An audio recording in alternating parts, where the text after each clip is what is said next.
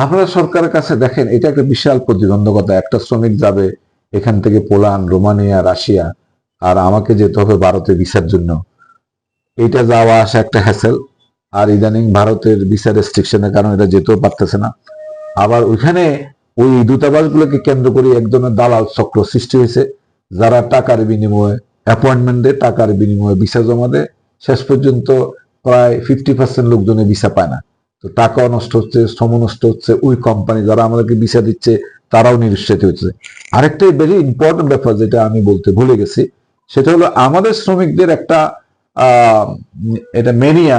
তারা যদি রোমানিয়া যায় কয়েকদিন পরে পালা যায়, পোল্যান্ড গেলে পালা যায়, এক দেশ থেকে আরেক দেশে পালা যায়। এই পালিয়ে যাওয়ার কারণে ইউরোপের দেশগুলা আমাদের প্রতি ফেড আপ হয়ে যাচ্ছে।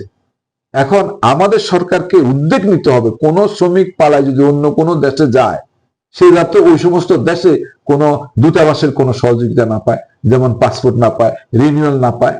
তাদেরকে বাধ্য করতে হবে যে এই দেশে যায় অন্ততপক্ষে 2-3টা বছর যারা তারা ওই দেশে থাকে। এটা এখান থেকে এনশিওর করতে হবে। যদি তারা পালায় না যায়, আজকে দেখেন রোমানিয়াতে প্রায় 80% 90% শ্রমিক রোমানিয়ার থেকে পালায় অন্য দেশে চলে যাচ্ছে, যার জন্য রোমানিয়া আমাদের কাছ থেকে শ্রমিক নিচ্ছে না। এখন প্রবলেম অনেকগুলা।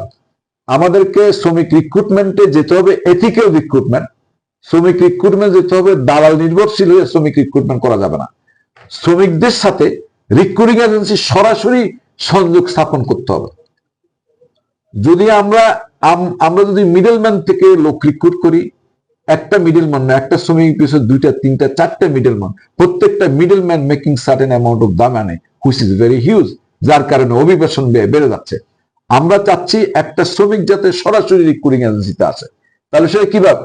সরকার ডাটা ব্যাংক খুলে দিতে পারে, অথবা বাইরে ডাটা ব্যাংক খুলে দিতে পারে।